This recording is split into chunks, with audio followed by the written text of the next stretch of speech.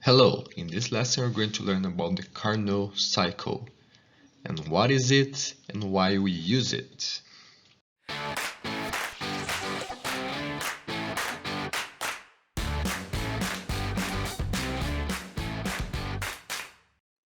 So what is the Carnot cycle?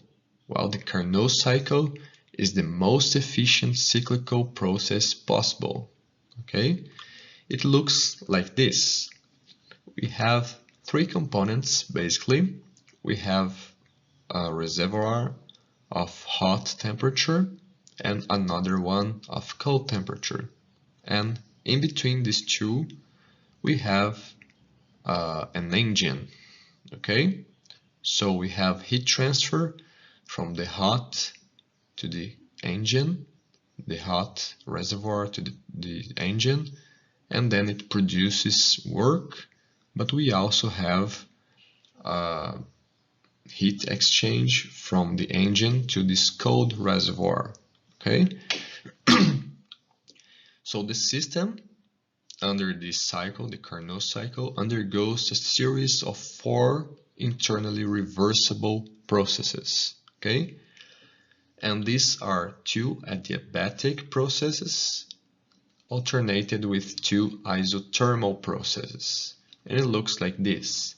We have this PV diagram, okay? We have two adiabatic processes, so we have this adiabatic expansion from 3 to 4 and an adiabatic compression from 1 to 2. And between these two processes we have two isothermal heat exchanges from 2 to 3 and 4 to 1.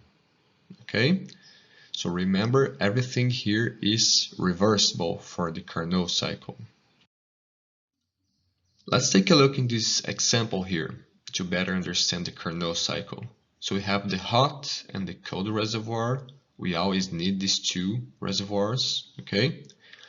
And we have this cycle here, this simple cycle in between these two reservoirs.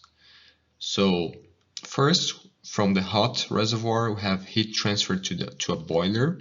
This boiler heats the water, for example, that passes through a turbine.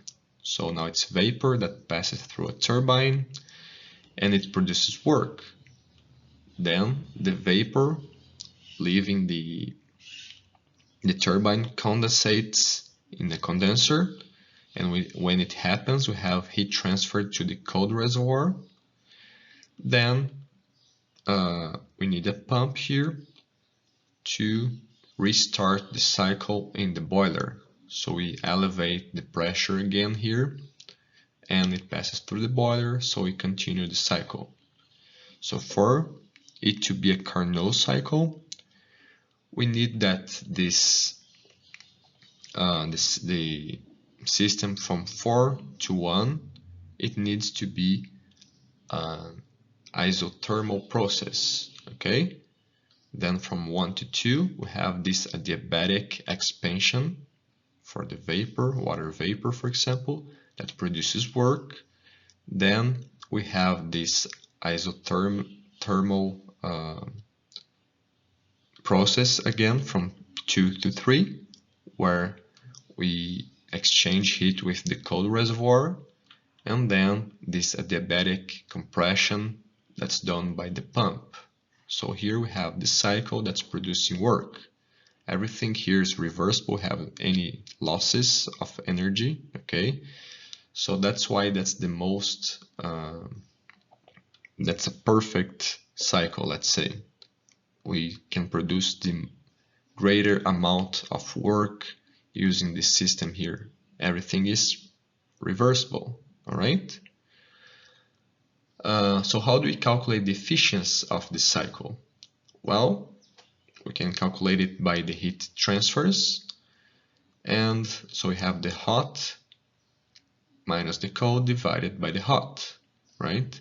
It can be transformed into this other formula here. That's 1 minus the cold heat transfer divided by the hot heat transfer. Everything that's entering everything that's going out divided by everything that's going in, right? That's the efficiency. But remember that the heat transfer, it's the mass times this constant times the temperature.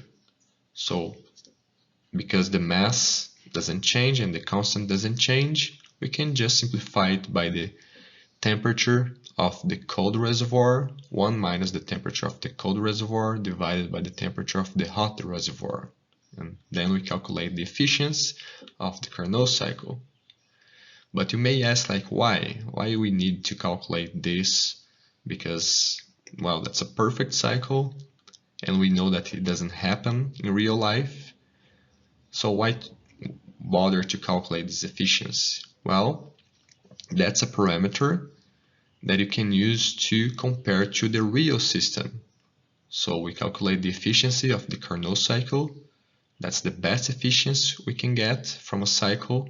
And then you calculate for your real cycle and compare. If it's too low, well, it means the efficiency of your real cycle is not that good, right? But if it's near the Carnot efficiency, it means that's good. Okay, so let's practice a little bit using the Carnot cycle. So we want to calculate the Carnot efficiency for this cycle here below. Okay, we have the temperature of the hot reservoir of 800 Kelvin and the cold one of 300 Kelvin. So to calculate the efficiency, the Carnot efficiency, the best efficiency we can get from a cycle, we just use the formula we've just seen. So it's 1 minus the temperature of the cold reservoir divided by the temperature of the hot reservoir. And it gives us 62.5%.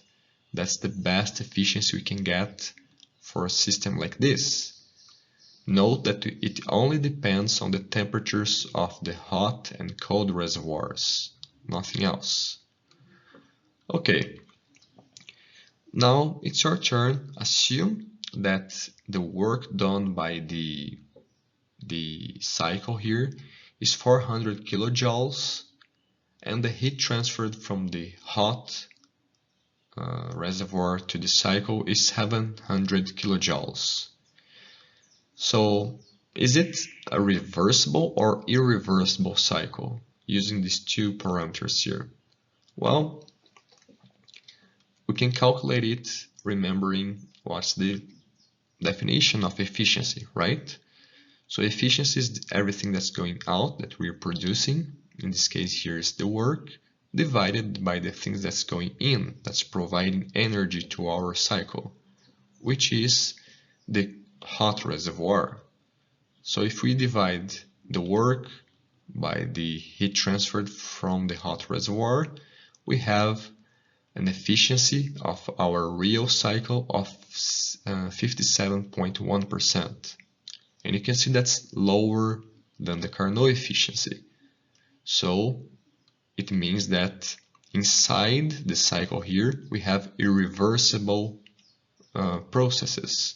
Okay, we are losing some energy inside the cycle. So it's a real cycle. And we have irreversible processes that's happening.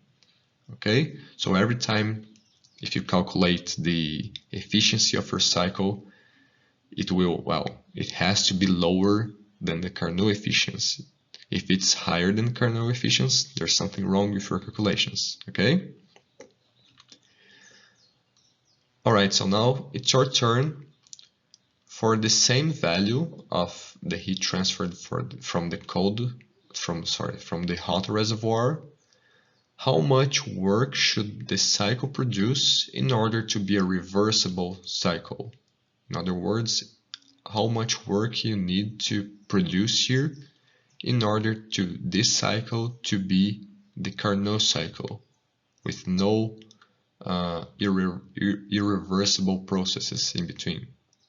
So do your calculations and comment your answers in the comment sections.